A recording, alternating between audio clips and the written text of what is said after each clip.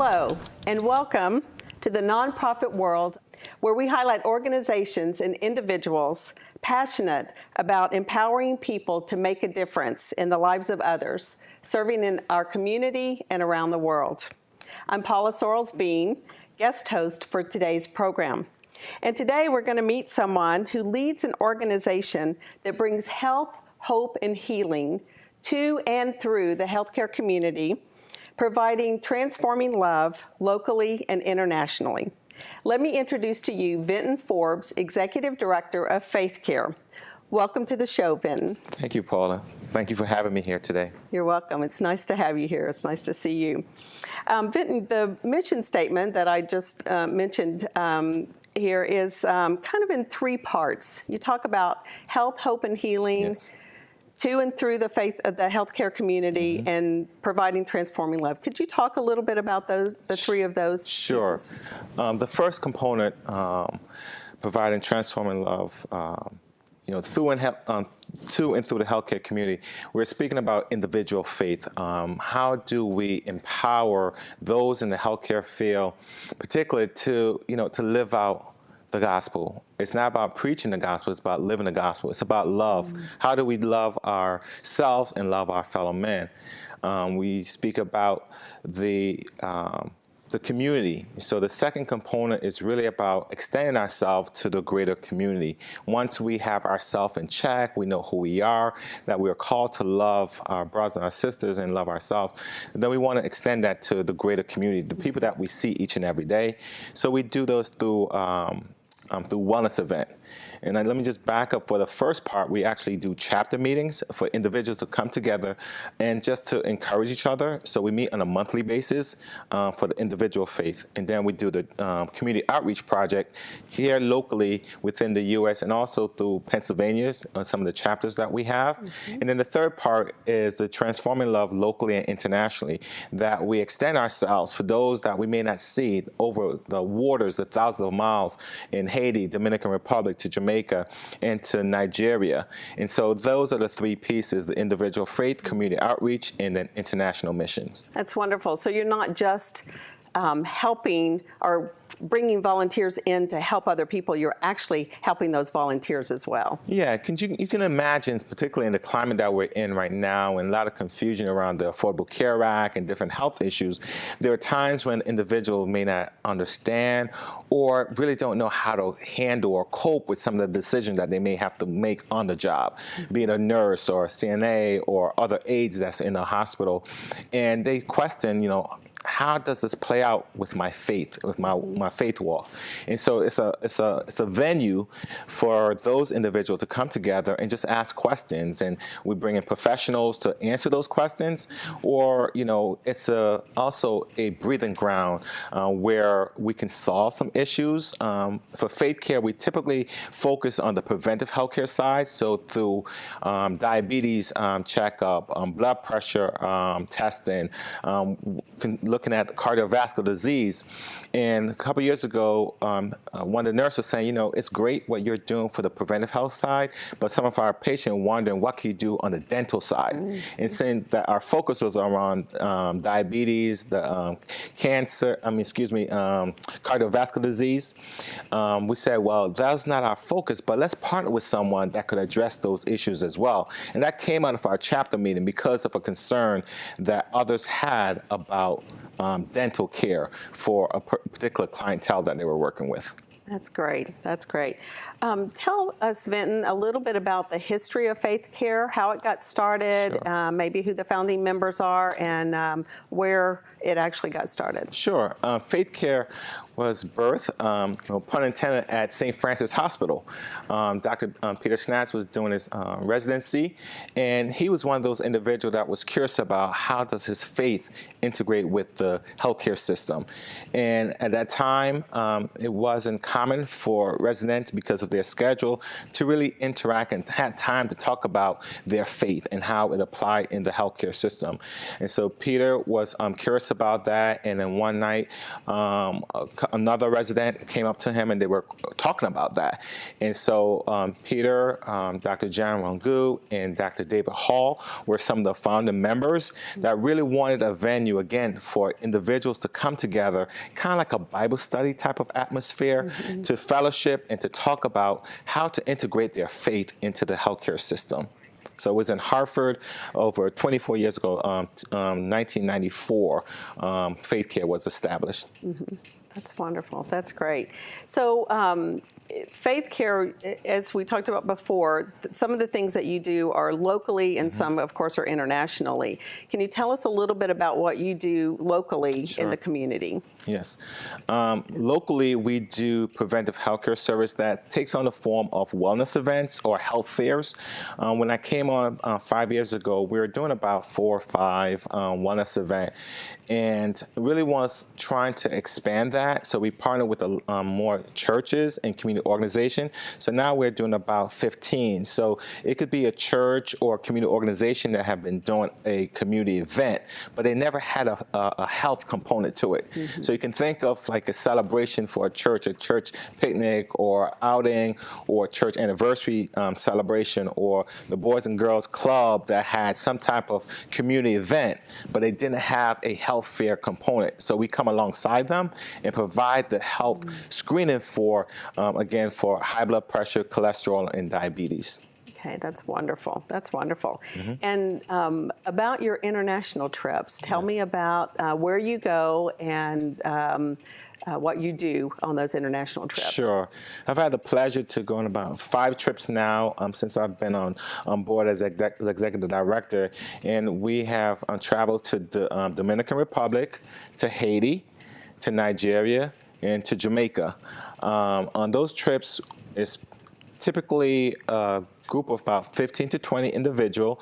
It's all volunteer. They pay their own way to get there. We see a patient from probably starting around 8 o'clock in the morning until probably 5 o'clock in the evening, sometimes longer than that, depending on who the team leader is and how we're working and based on the crowd.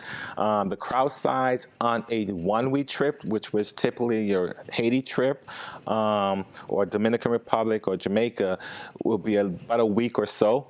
And we typically see somewhere between 2,000 to 3,000 people in a week. When we go to Nigeria, because of the distance, it's usually a week and a half to 2 weeks long.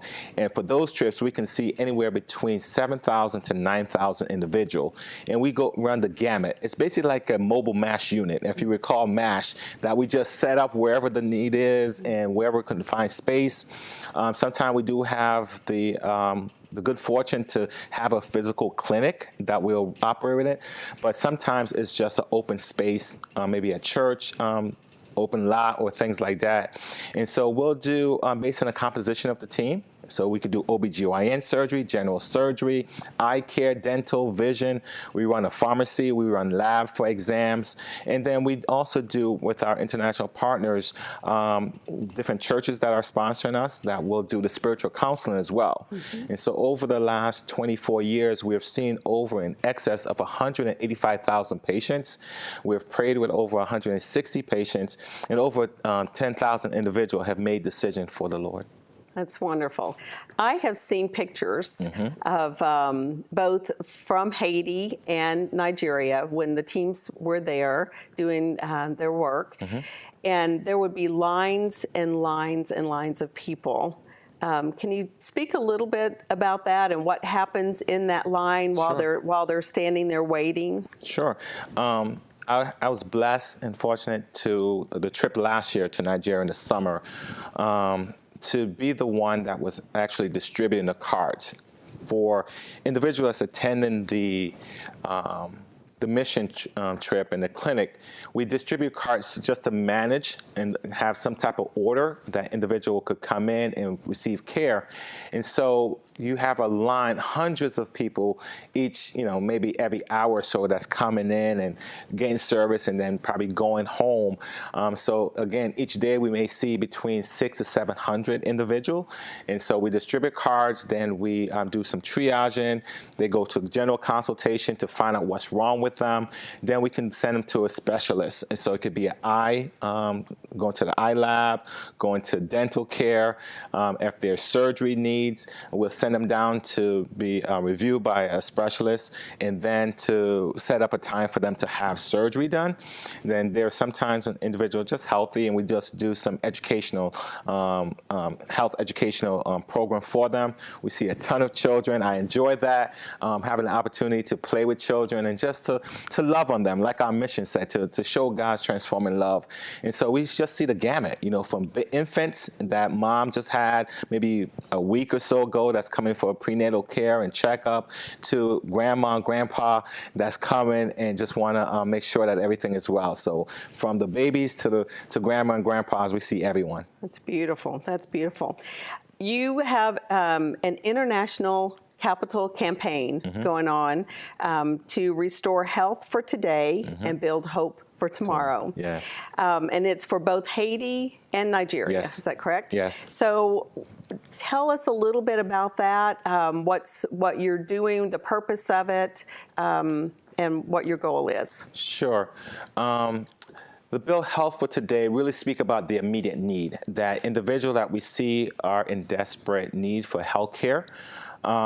And then restoring hope for tomorrow. Many individuals that we come into contact with just feel hopeless, that there's, their condition is what it is and that there's no escape, that there's no healing, there's no recovery from it. And so we just want to speak to that you can have that abundant life. You can have a productive life from this situation, that wherever we find them in.